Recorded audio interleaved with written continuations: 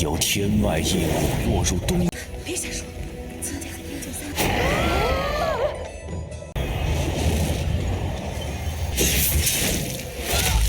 好。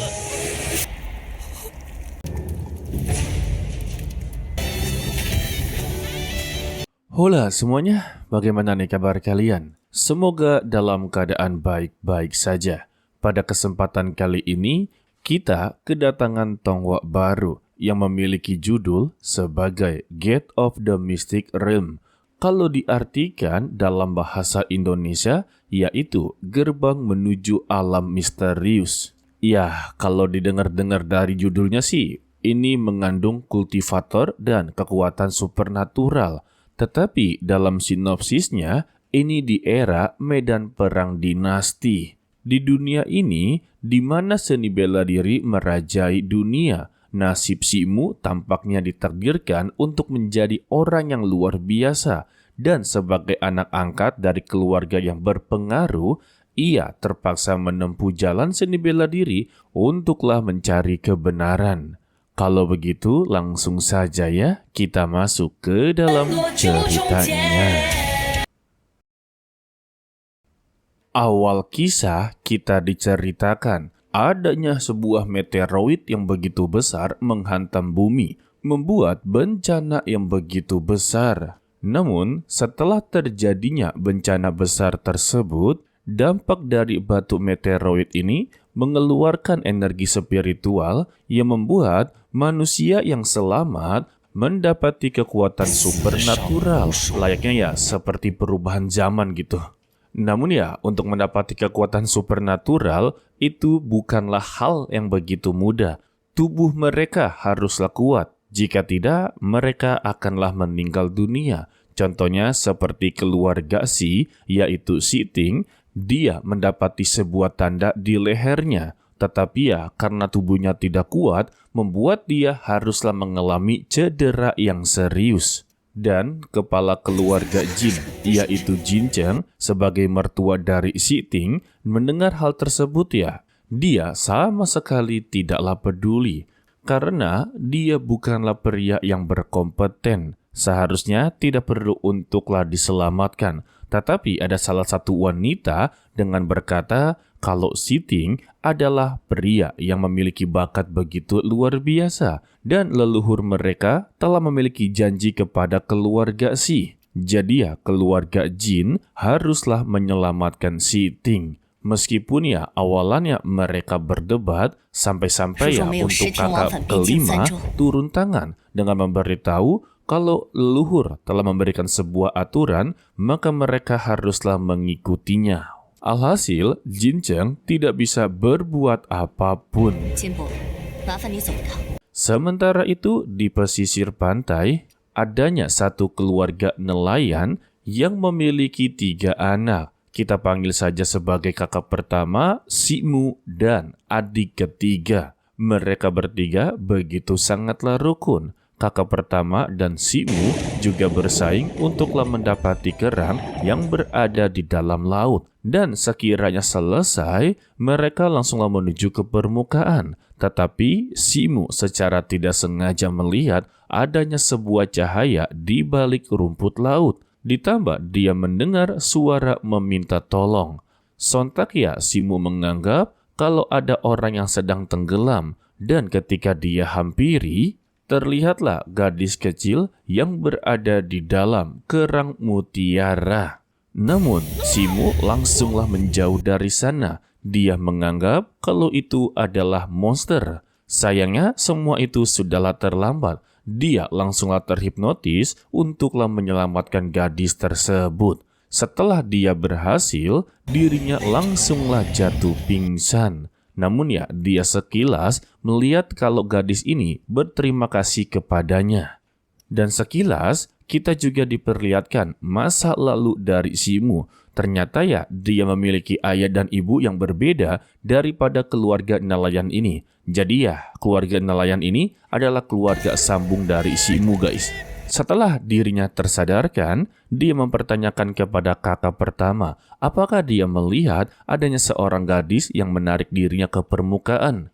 Tetapi ya, nyatanya mereka berdua sama sekali tidaklah melihatnya. Dan mutiara tersebut berada di tangannya si Mu. Namun, ketika mereka sampai, rumah mereka benar-benar berantakan. Dan terlihatlah ayahnya sudah bersimbah darah dan tidak bernyawa. Ketika kakak pertama melihat ke dalam ruangan, ibunya sedanglah disandra. Dan si Mu mempertanyakan kepada penjahat tersebut sebenarnya apa yang dia inginkan. Tetapi ya tidak ada jawaban sama sekali guys. Untuk sang ibu ya meminta kepada mereka bertiga untuklah melarikan diri. Dan nyawa dari sang ibu juga tidak terselamatkan guys. Melihat itu, kakak pertama tidaklah terima melihat kedua orang tuanya meninggal tepat di depan matanya guys.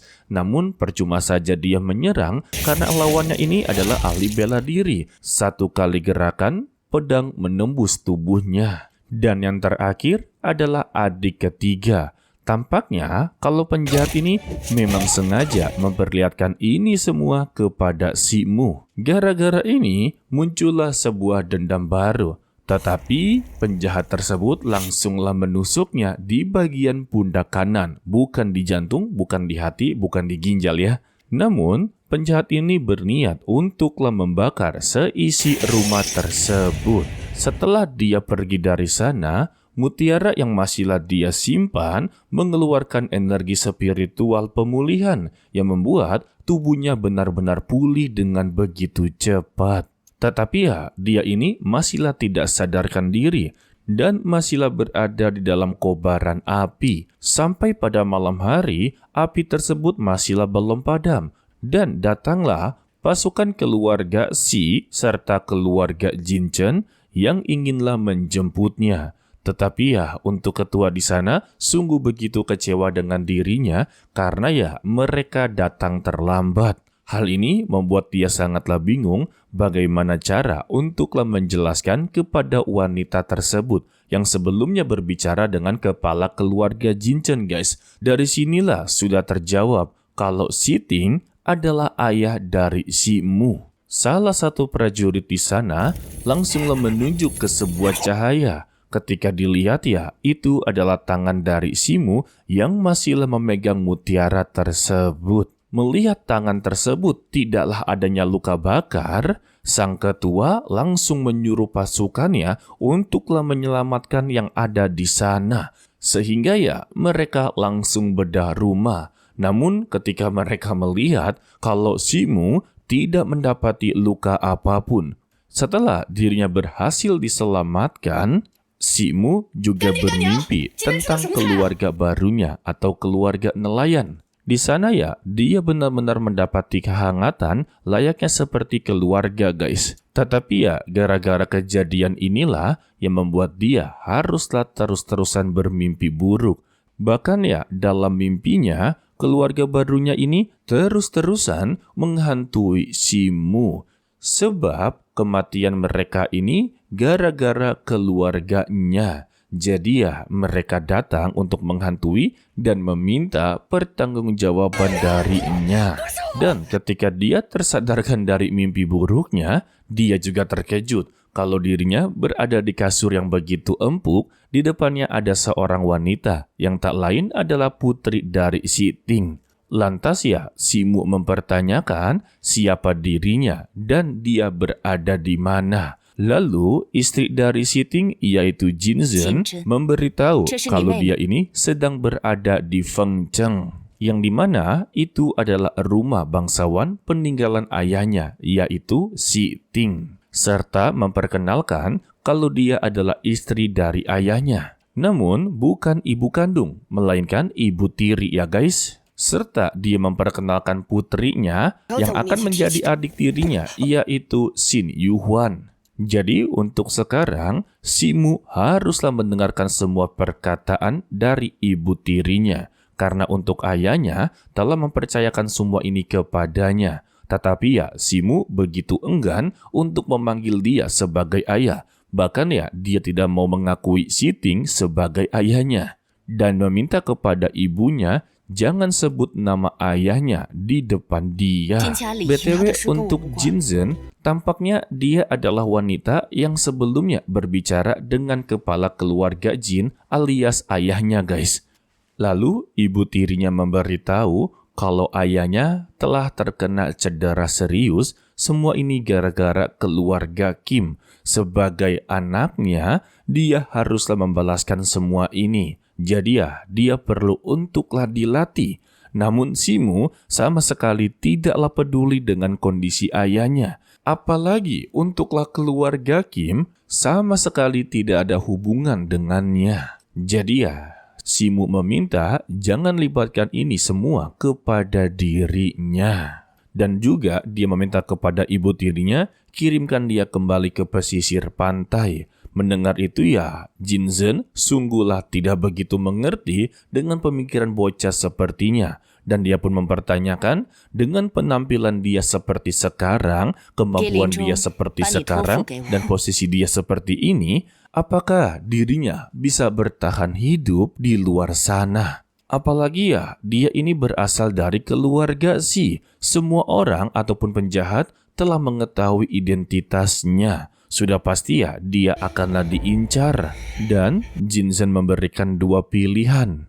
Pertama, melepaskan semua masa lalunya dan jalani sisa hidupnya dengan kekayaan. Intinya foya-foya lah. Dan yang kedua, ingatlah semua masa lalunya dan menjadi seperti ayahnya, yaitu menjadi seorang praktisi ahli bela diri. Ternyata untuk ahli bela diri di sini memiliki 4 tingkatan guys. Dari ahli bela diri dasar, menengah, puncak, dan keadaan surgawi. Dan masih ada ranah tersembunyi yang disebut keadaan ilahi. Ditambah Jinzen memberitahu bukti kebenaran kalau dia sedang dicari-cari oleh para penjahat karena dia telah mewarisi kekuatan dari ayahnya. Dan ayahnya ternyata memiliki kekuatan supernatural guys. Jadi permintaan dari ibu tirinya, berlatihlah dengan begitu keras dan itu adalah satu-satunya cara untuklah menjadi lebih kuat. Serta dia memberitahu kelemahan dari Simu yaitu terkena penyakit. Meskipun tubuh fisik dia begitu kuat, tetapi sekalinya terkena penyakit maka dia akanlah menjadi orang paling menderita di dunia ini. Dan sebetulnya untuk keluarga Jin telah menjanjikan kepada Si Ting untuk memberikan pil 7 roh agarlah tubuh fisiknya jauh lebih kuat. Sayangnya semua itu sudahlah terlambat. Jadi Simu satu-satunya warisan dari Si Ting. Jika memang dia ingin membalaskan semua dendam dari almarhum serta keluarga barunya, maka dia harus menjadi lebih kuat lagi. Mendengar perkataan tersebut, akhirnya Simu memutuskan untuklah memilih jalan kedua. Dia akanlah menerusi jejak ayahnya. Bahkan setelah sebulan dari itu, dia juga memberikan penghormatan terakhir kepada keluarga barunya, begitu juga dengan kedua orang tuanya. Dan kita bersambung untuklah episode kali ini guys.